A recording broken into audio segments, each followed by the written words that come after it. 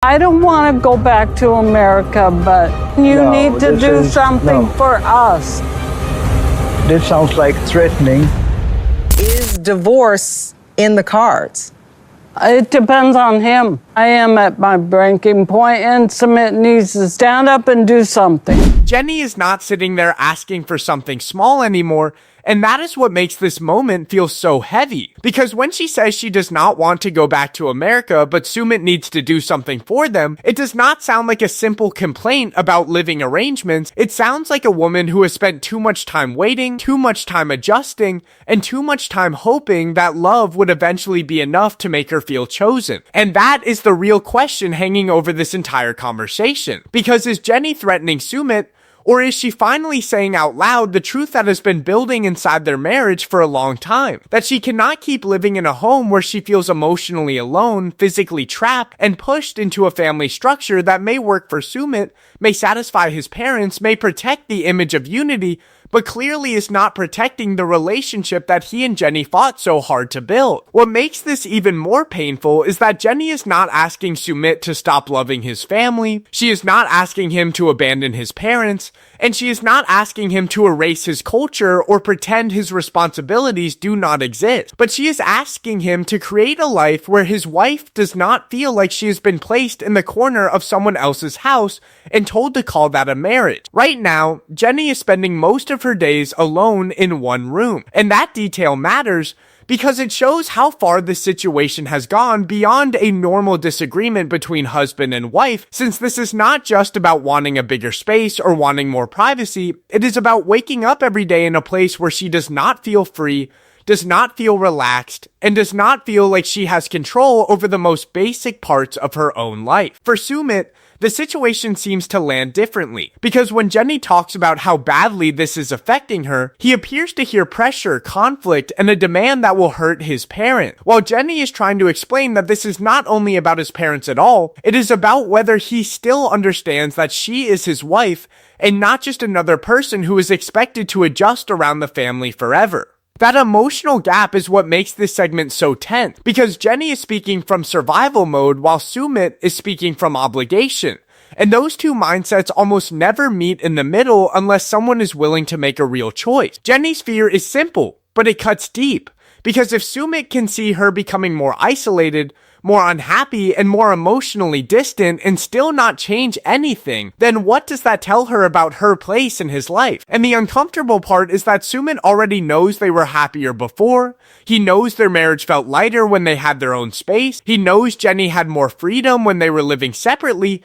Yet even with that knowledge, he still keeps returning to the same answer.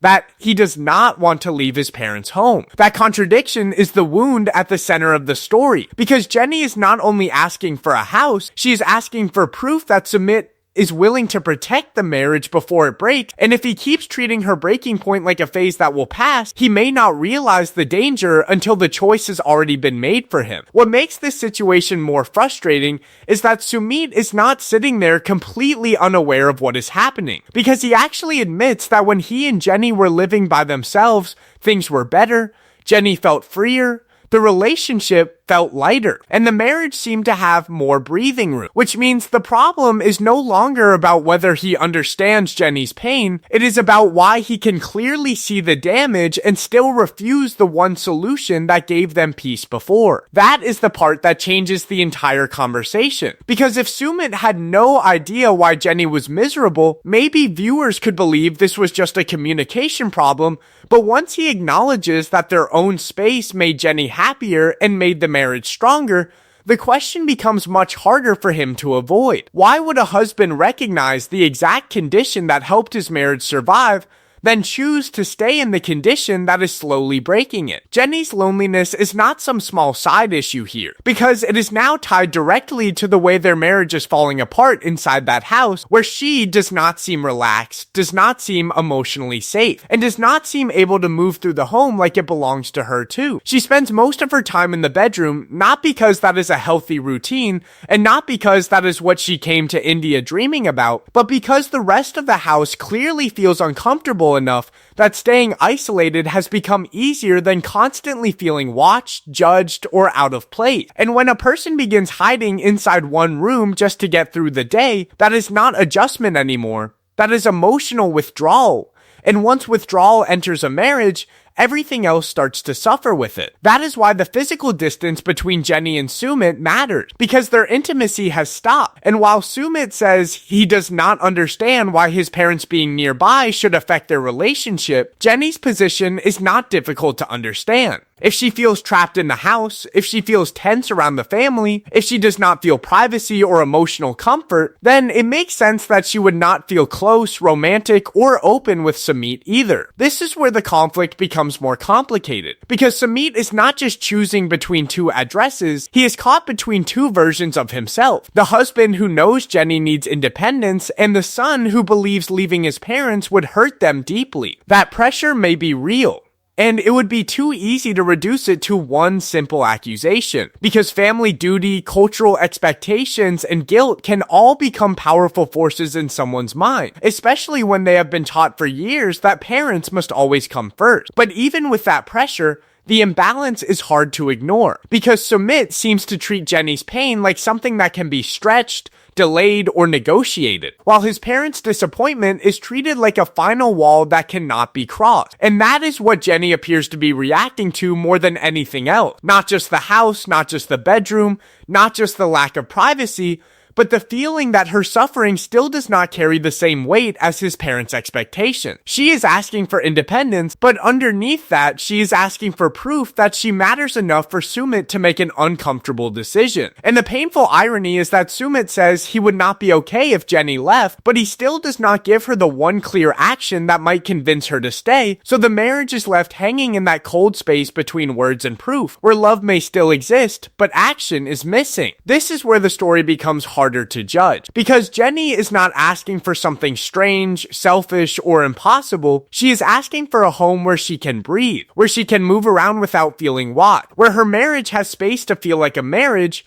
and where she is not spending most of her day tucked away in one room like a guest who has overstayed her welcome. But on the other side, Sumit is not simply saying he does not care about Jenny, because in his mind, staying with his parents is tied to duty, respect, family responsibility, and the way he has been raised to understand loyalty, which is why this conflict becomes so messy.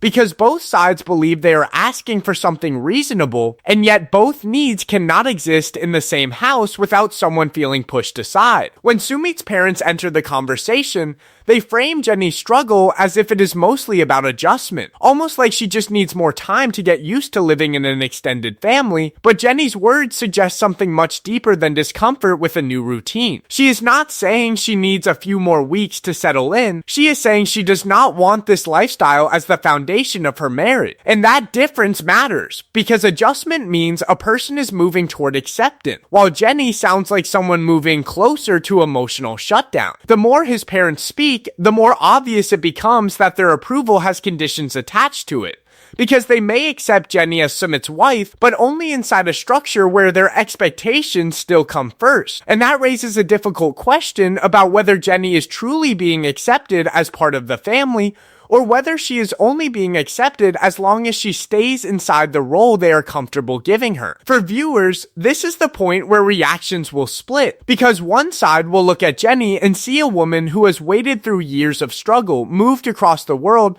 tried to fit into a life that was never fully built around her, and is now finally saying she cannot keep shrinking herself just to keep peace. But another side may look at Sumit and see a man trapped under a kind of family pressure that is not easy to break, especially when leaving the home feels, to him, like hurting the people who raised him and violating values he has carried his entire life. That is why the question is not simply whether Sumit loves Jenny, because love may still be there, but the harder question is which emotional bond he protects when both sides are asking for loyalty. And right now, Jenny's pain seems flexible in his mind, while his parents' disappointment seems untouchable. That imbalance becomes even harder to ignore when the conversation turns to his brother and sister-in-law moving out, because if they were allowed to decide that the family setup was too much for them, then why is Jenny's need for space treated like a threat instead of a valid boundary? That double standard changes the whole pressure in the room, because suddenly Jenny's request does not look unusual at all.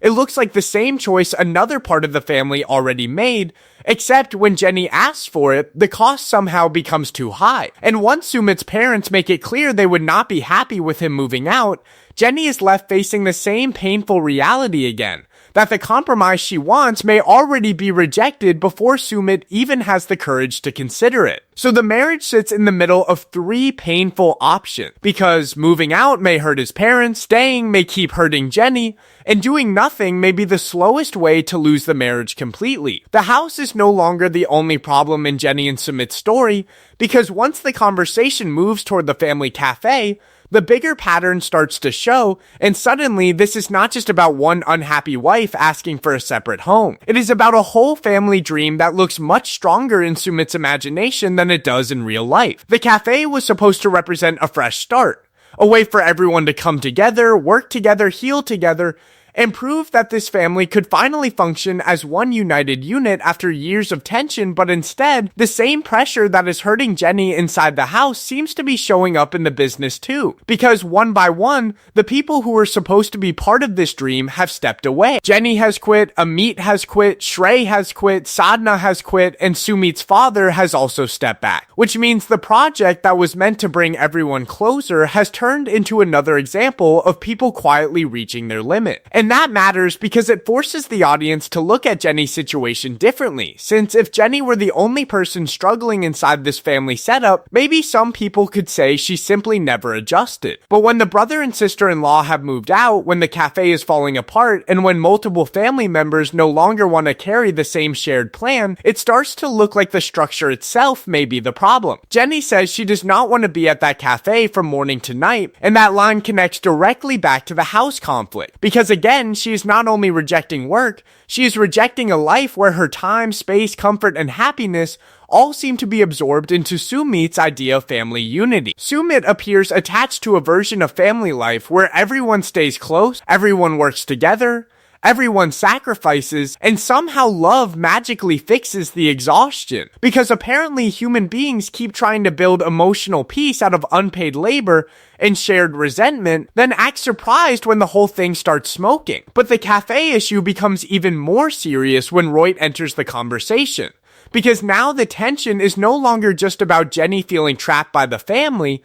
It becomes about whether Sumit has been honest with other people about his own choices. Roy says he believed Jenny was the reason Sumit did not work with him, and Jenny immediately pushes back because from her side, she never stopped Sumit from working at Roy's restaurant. That moment shifts the power in the conversation, because Jenny is no longer only defending her desire to move out, she is now defending herself against a story that may have been placed on her without her agreement. And that raises a much sharper question about whether Sumit has been using Jenny as an easy explanation when he does not want to admit what he really wants or does not want. Sumit calls it a misunderstanding and explains that the issue was not the work itself, but what happened after work, while Jenny admits she did not want him going out every night and drinking too much, which gives the situation more context because it suggests her concern was not simply about controlling him or blocking his friendship. From Jenny's point of view, she may have been reacting to behavior that worried her, while from Roy's point of view,